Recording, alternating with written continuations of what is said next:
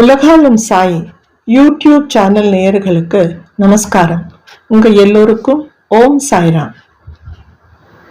இன்னைக்கு சாய்பாபாவோட ஒரு அற்புதமான லீலையை பத்தி நம்ம கேட்டு தெரிஞ்சுக்கலாம். இந்த ஒரு சம்பவம், அதாவது லீலை கிட்டத்தட்ட 1911 அந்த வருஷத்துல நடந்ததாக சாய் லீலா பத்திரிகையில் சொல்லப்படுகிறது. மிக மிக அற்புதமான லீலை நம் சாய்பாபா நடத்தினார். இந்த லீலை நடப்பதை கண்ணால் கண்ட பக்தர் ஒருத்தர், அவர் தான் ராம்சந்திர ஆத்மாராம் தர்கட். இவர்தான் இந்த லீலையை 1928 சாய் லீலா பத்திரிகையில் வெளியிட்டார். இப்ப வாங்க லீலையை கேட்டு ஆனந்தத்தில் மற்றும் ஆச்சரியத்தில் மூழ்கலாம். தர்கட் மத்தியான ஆரத்திக்காக துவாரகா மாயில் அமர்ந்து காத்து கொண்டிருந்தார். ஆரத்தி நடக்க இன்னொரு 1/2 மணி நேரம் இருந்தது. சாய்பாபா அங்கு அமர்ந்துள்ள அத்தனை பக்தர்களுக்கு அவரவர்களோட மனோபாவத்துக்கு ஏற்ப உரையாடல் செய்து கொண்டு இருந்தார். இந்த உரையாடல் நடந்து கொண்டு இருக்கும் போதே திடீர் நின்று பாபா சத்தமாக கத்தினார். அவர் வலியால் துடித்து கொண்டே இருந்தார். அவர் சொன்னார், என் வயிற்றில் கடுமையான வலி இருக்கு, ரொம்ப வேதனையாக இருக்கு, என்னால பொறுக்க முடியல அப்படின்னு அவர் கதறார். பக்தர்கள் கவலையில் மூழ்கினார்கள்.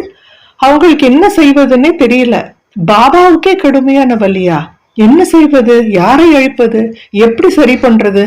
பாபா தான் எப்பவுமே நம்மளுடைய கஷ்டத்தை தீர்ப்பார், இப்ப பாபாவுக்கேவா அப்படிங்கிற ஒரு மனநிலையில அவங்களும் ஒரு கன்ஃபியூஷன்ல இருக்காங்க. அவர்கள் மனதுல பல பல கேள்விகள். அப்போ பாபா ஒரு பக்தனிடம், அந்த பக்தன் அங்க உட்கார்ந்திருந்த ஒரு பக்தர்கிட்ட ஒரு சிகப்பு கலர்ல ஒரு துணி இருந்தது. அதை எடுத்துக்கொண்டு அவர் வயிற்றை சுத்தி கட்டி கொண்டார். கட்டிட்டு அதோட 2 முனைகளும் பக்தர் கையில அங்க இருக்கிற பக்தர்கள் கையில கொடுத்து, பிடிச்சு இழுங்க, நல்லா இன்னும் பிடிச்சு இழுங்க, இறுக்கமா இழுங்க, இழுங்க, இன்னும் இழுங்க அப்படின்னு, போறல பத்தல, என் வலி குறையில, நீங்க இழுக்க இழுக்க வலி குறையும், நீங்க இன்னும் இழுங்க இழுங்கன்றாரு. பக்தர்களுக்கான ஒரு நடுக்கம் வந்துருச்சு. இதுக்கு மேல எப்படி இழுக்க முடியும்? 2 பக்கமும் 2 செட் ஆஃப் பக்தர்கள் இழுக்கிறாங்க, நிறைய பேர் இழுக்கிறாங்க. ஆனா பாபா இன்னும் இழுக்கணும்னு சொல்றாரு. தர்கட் பயந்து போயிட்டார். அவர் இழுக்கல, அவர் உட்கார்ந்தார், ஓரமா உக்காந்துட்டு இருந்தாரு. ஐயோ, பாபா என்ன இப்படி சொல்றாரு? இதுக்கு மேல இழுத்தாவோ, இதுக்கு மேல பிரஷர் போட்டா பாபாவோட வயிற்றே கிழிஞ்சு போயிடுமே, இது என்ன சோதனை, என்ன பண்றாரு பாபா, என்ன நடக்க போறது அப்படிங்கிறது ஒரு அச்சத்துல அப்படியே உட்காந்துட்டாரு. இதுக்கான பாபா அந்த பக்தர்கள் கிட்ட, இன்னும் என்ன கொஞ்சம் அதிகமா இழுக்கணும், எனக்கு வலி இன்னும் குறையல குறையல குறையல அப்படின்னு சொல்லிக்கிட்டே இருந்தாரு. பாபாவிற்கு மிகப்பெரிய அளவில் கஷ்டம் வரும் என்று கவலைப்பட்டார் தர்கட். ஏன்னா இந்த அளவுக்கு அந்த வயிற்றை இறுக்கி பிடிச்சா அது பர்ஸ்ட் ஆறதுக்கான வாய்ப்புகள் இருக்குன்னு அவர் பயந்துட்டார். எல்லா பக்தர்களும் நிசப்தமா அங்க நின்று கொண்டிருந்தார்கள். ஆனா பாபா மட்டும் கத்திண்டே இருக்காரு, இன்னும் இழுங்க, என்ன நின்றுட்டு இருக்கீங்க, இன்னும் பிடிச்சி இழுத்து கொடுங்க அப்படின்னு. இந்த காட்சியை பார்க்க முடியல, தர்கடால பார்க்க முடியாம கடைசியா ஒரே சத்தம் கத்தினார் அவர். என்ன நடக்குதுங்க? பாபாவை என்ன கொலை பண்ண போறீங்களா? கொலை பண்ற முயற்சியில இருக்கீங்களா அப்படின்னு பக்தர்கள் மீது கத்துறாரு தர்கட். ஆனா பக்தர்கள் அந்த மாதிரி செய்ய சொல்றதே பாபா தான். இவரோட சத்தத்தை அலறல கேட்டு பக்தர்கள் பயந்துட்டாங்க. அவங்க என்ன சொல்றாங்கன்னா, நாங்க என்ன செய்ய முடியும், பாபா தான் எங்களை செய்ய சொல்றாரு, என்னைக்காவது பாபா பேச்ச நாங்க மீறி இருக்கோமா? பாபா கட்டளையை நாங்க மாட்டேன்னு சொல்லியிருக்கோமா?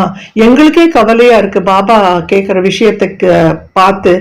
இந்த மாதிரி எப்பவுமே பாபா வழியில துடிச்சதே இல்லை அப்படின்னு சொல்லிட்டு, எப்படியாவது இங்கேருந்து நம்ம எல்லாரும் ஓடி போயிடலாம் அப்படின்னு, இங்க இருந்தா ஆபத்து தான், பாபாவுக்கு ரொம்ப ஆபத்து, நமக்கும் ஆபத்து, பாபாவுக்கு ஏதாவது ஆயிடுத்துன்னு அப்படின்னு அந்த ஒரு மனநிலையில அவங்களுக்கு அந்த நிலைக்கு வந்துட்டாங்க. இந்த மொத்த சம்பவம் ஒரு 5-7 நிமிஷம் நடந்திருக்கு. இந்த பாபாவுக்கு பலி வரதும், இழுக்க சொல்றதும், இன்னும் இழுக்க சொல்றது, இது எல்லாமே. தர்கட் பாபாவை அந்த நேரத்துல ஒரு சாதாரண மனுஷனா தான் பார்த்தார். அதனால ரொம்ப பயந்துட்டார். ஆனா சாய்பாபா 14 லோகத்தோட அதை வந்து காப்பாற்றக்கூடிய ஒரு இறைவன், அந்த ஒரு பெரிய சக்தி, தெய்வீக ஆற்றல் படைத்த ஒரு அபார சக்தி அப்படிங்கறத மறந்துட்டார் ஒரு நிமிஷத்துக்கு. இதெல்லாம் நடந்து முடிகிற சமயத்துல ஒரு சில வினாடிகள் சில நிமிஷங்கள் ஆனதுக்கு அப்புறம் பார்த்தா ஒரு ஆள் வராரு அந்த இடத்துக்கு. பாபா என்ன சொல்றாரு அதுக்குள்ள, சரி சரி வலி குறைஞ்சு போச்சு, என் வயிற்றுல இருக்கிற இந்த துணியை எடுத்துடலாம் அப்படின்ட்டு அவரே வந்து அந்த சிகப்பு துணியை எடுத்துட்டு அவர் வந்து யார்கிட்டேன்னு அதை வாங்கினாரோ அவருக்கே கொடுத்துறாரு. அப்போ நான் சொன்னேன் இல்லையா, யாரோ ஒரு ஆள் வந்திருக்கான்னு. அவர் யாருன்னா நீம்காவ்ல இருந்து ஒரு கிராமஸ்தன் வரான். வந்துட்டு என்ன பண்றா, ஒரு தட்டு நிறைய கல்கண்டு கொண்டு வராரு. கல்கண்டு கொண்டு வந்து பாபாவுக்கு முன்னாடி வச்சுட்டு இந்த கல்கண்டை பாபா கிட்ட காமிச்சு, எடுத்துக்கோங்க பாபா, இது எல்லாமே நீங்க தான், உங்களுக்கு தான் அப்படின்னு சொல்றாரு. சொல்லி என்ன நடந்தது, ஏன் இந்த கல்கண்டு கொடுக்கப்படுகிறது அப்படின்னு கேட்கறச்சு அவர் என்ன சொல்றாருன்னா, அந்த கிராமஸ்தன் 2 மணி நேரத்துக்கு முன்னாடி ஒரு பெண்மணி பிரசவ வேதனையில வந்து துடித்து கொண்டே இருந்தாள். துடிக்கிறதுனா சாதாரண துடிப்பு இல்லை. ஏன்னா குழந்தை வந்து அந்த வயிற்றிலே வந்து தலைகீழியா வந்து திரும்பிடுச்சு. அதனால அதால சாதாரணமா ஜென்மிக்க முடியல. அதனால அந்த தாய்க்கு வந்து ரொம்ப கஷ்டம். அந்த வலியில வந்து அவ துடிச்சு கொண்டே இருந்தா. ஆனா துடிக்கும் போதெல்லாம் வந்து அவரோட வாயில, அந்த பெண்ணோட வாயில வந்து சாயி சாயி என்னை காப்பாத்து என்னை காப்பாத்துன்ற வார்த்தைகள் மட்டும்தான் வந்து கொண்டிருந்தது. அந்த கிராமஸ்தன் சொல்றான், நாங்க எல்லாம் கவலையில இருக்கும்போது அந்த பெண்ணுக்கு என்ன ஆக போறதோ அவ மட்டும் உங்க பேரை மட்டும்தான் உச்சரிச்சுட்டே இருந்தா. அதுக்கப்புறம் தான் இந்த குழந்தை வந்து திடீர்னு வந்து எல்லாமே நிலைமை எல்லாம் மாறி சாதாரண பிரசவமாயி குழந்தை ரொம்ப நல்லபடியாக பிறந்தது. பிறந்த உடனே அந்த தாய் சொன்ன முதல் வார்த்தை, என் சாய்க்கு கொண்டு போய் ஒரு தட்டு நிறைய கல்கண்டை கொடுங்க அப்படின்னு சொல்லி அவ சொன்னாலாம். அதுக்காக தான் சாய் இந்த கல்கண்டு கொண்டு வந்திருக்கேன் அப்படின்னு இந்த கிராமஸ்தன் சொல்றாரு. அப்போதான் அங்க உட்கார்ந்த பக்தர்களுக்கு எல்லாம் புரியறது, சிகப்பு துணி எதை குறிக்கிறது. ஒரு பிரசவ வேதனையில் இருக்கும்போது ஒரு பெண் உடலில் இருந்து அவ்வளோ ஒரு ரத்தம் வந்து வெளியில ஏறும் அந்த குழந்தை பிறக்கும் போது. அதுதான் அந்த சிகப்பு துணியோட அர்த்தம். இரண்டாவது வந்து பாபா அவரோட வயிற்றை இறுக்கி பிடிச்சு அவர் வேதனை அனுபவிச்சு அவரோட அந்த பெண்ணோட பிரசவத்தை வந்து, அந்த கஷ்டமான பிரசவத்தை வந்து சுலபமாக்கிட்டார். நீங்க வந்து இதெல்லாம் வந்து சாதாரண மனுஷனா நம்ம நினைக்கிறச்ச எவ்வளோ பெரிய ஒரு சாதனை, எவ்வளோ பெரிய லீலை, எப்பேற்பட்ட ஒரு உதவி பாபா வந்து அந்த பெண்ணுக்கு செய்தாருன்னு நினைச்சு பார்க்கும்போது மனசெல்லாம் ஒரு ஒரு எவ்வளோ ரொம்ப ஒரு ஆனந்தமா இருக்கு. எனக்கு வந்து அதை நான் ரொம்ப எமோஷனல் ஆயிட்டேன். அந்த வார்த்தையே வரமாட்டேங்கிறது என்னால.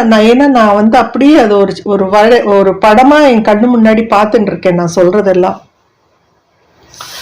பாபா என்ன செய்யறாருன்னா, அந்த கொடுக்கப்பட்டிருக்கிற கல்கண்டை வந்து அங்க உட்கார்ந்த பக்தர்கள் எல்லாருக்கும் கொடுக்கறாரு, டிஸ்ட்ரிபியூட் பண்றாரு. ஏன்னா இதுல எல்லாருக்கும் பங்கு இருக்கு இல்லையா, எல்லாரும் தானே பிடிச்சி இழுத்தாங்க, பாபாவை இறுக்கி பிடிச்சி இழுத்தாங்க.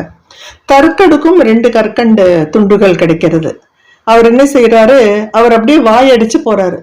இதுக்குதான் பாபா இவ்வளோ கஷ்டப்பட்டாரா? அப்போ ஒரு பக்தனை காப்பாத்துறதுக்கு பாபா எந்த அளவு வரைக்கும் ஒரு கஷ்டத்தை ஏத்துக்கிறாரு அப்படின்னு மனதளவுல வந்து ரொம்ப கலங்கி போறாரு தற்கட். அவர் என்ன பண்றாரு, ஒரு துண்டு கல்கண்டை தான் சாப்பிட்டு இன்னொரு துண்டு கல்கண்டை வந்து எடுத்து வச்சுக்கிறாரு பையில. ஏன்னா அது மும்பைக்கு போயிட்டு அவங்க குடும்பத்துல இருக்கிறவங்க கிட்ட அதை வந்து பகிர்ந்துக்கணும் அப்படின்ட்டு மும்பைக்கும் போறாரு. எல்லாருக்கும் அந்த துண்டிலேருந்து சின்ன சின்ன பிட்டு கொடுத்துடுறாரு. அதுலயும் ஒண்ணு மிச்சப்படுத்துறாரு, ஒரு துண்டை மிச்சப்படுத்துறாரு. ஏன்னா இப்பேற்பட்ட ஒரு லீலை அவர் கண்ணு முன்னாடி நடந்தது, அவருக்கு சாட்சி. அதுக்கு இந்த கல்கண்டு துண்டு வந்து அந்த லீலை நடந்ததுக்கான ஒரு சாட்சி அப்படின்னு சொல்லிட்டு அவர் வந்து அந்த ரொம்ப பாதுகாப்பா பத்திரமா அந்த ஒரு கல்கண்டு துண்டை வச்சுக்கிறாரு. பாபாவின் கருணை உள்ளம் மற்றும் அவரோட பக்தர்களுக்கு மீது அவர் வச்சுருக்கிற ஒரு அன்பு, 2வது அவர் வந்து அவரோட பக்தர்களோட அவர் வச்சுருக்கிற ஆன்மீக தொடர்பு, இது எல்லாமே தான் இந்த ஒரு லீலையில நம்ம வந்து புரிஞ்சுக்கலாம். அதனால எங்கேயோ இருக்கிற ஒரு பெண்ணு, அவளுக்கு வந்து பிரசவ வேதனை, அவ வந்து ஐயோ அம்மா அப்பான்னு கத்தி இருக்கலாம். ஆனா அவ சாயி சாயின் சாயி மட்டும்தான் அவ சொன்னா. அதுக்கான பலன் அவ ரொம்ப நல்லபடியா அடைஞ்சிட்டா. பிரசவமும் சுகமா எடுத்து, அதுக்கப்புறம் குழந்தையும் நல்லபடியா பிறந்தது. ஆனா அத்தனை வேதனையும் அனுபவிச்சது நம்ம சாய் தான். அதனால என்னைக்கும் என்றென்றும் அவரோட பாதங்களை நம்ம சரணடைஞ்சு அவருக்கு நம்ம விசுவாசமாவும் பக்தியோடையும் நம்ம இருந்தோம் அப்படின்னா என்னைக்கும் நம்மளை காப்பாற்றக்கூடிய ஒரே இறைப்பொருள் அவர் மட்டும்தான். ஓம் சாய்ராம்.